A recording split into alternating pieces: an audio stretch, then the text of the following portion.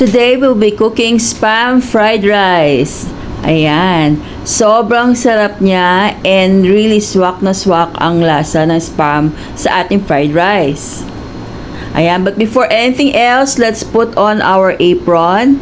Ayan, nabigay ng spam. And since I was a kid, talagang spam fan talaga ako.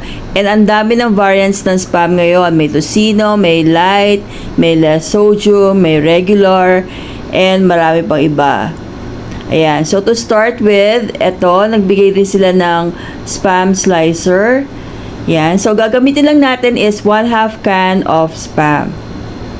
Ayan, as you can see, very equal ang ating slices.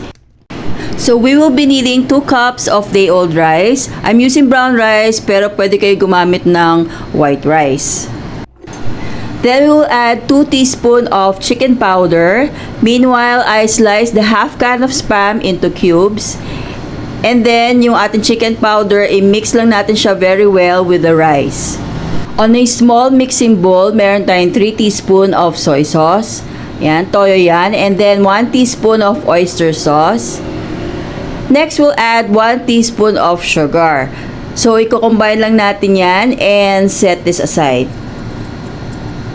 With our chicken flavored rice, we will now add our soy sauce mixture.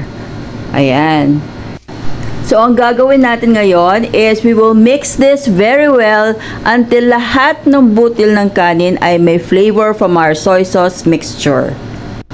As you can see, very well even na yung kulay ng ating fried rice and very well seasoned too.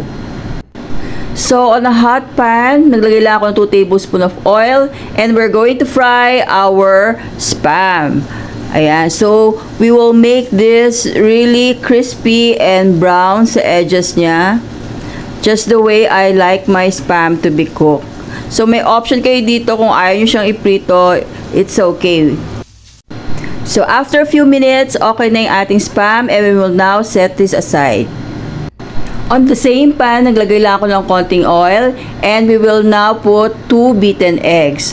So, ang gagawin natin dito is we will just soft scramble it. So, huwag masyadong lutong-luto. And then, pag nakita nyo ganyan na yung ating itsura ng ating itlog, pwede na natin ibalik yung spam na finry natin kanina. Yan. And we will just mix it and i-break natin yung ating eggs.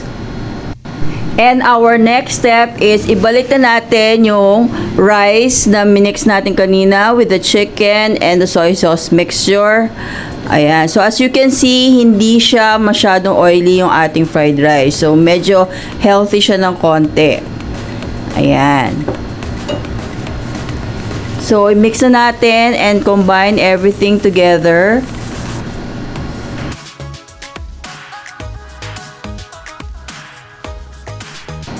Next, we will season this with pepper. I'm putting white pepper, but you can use black pepper. So, it's up to you at this point. Kung gusto nyo siya lagyan ng salt, it's up to you. Tikman nyo yung rice, kung ano yung kulang niya, at kung ano pa yung pwedeng idagdag.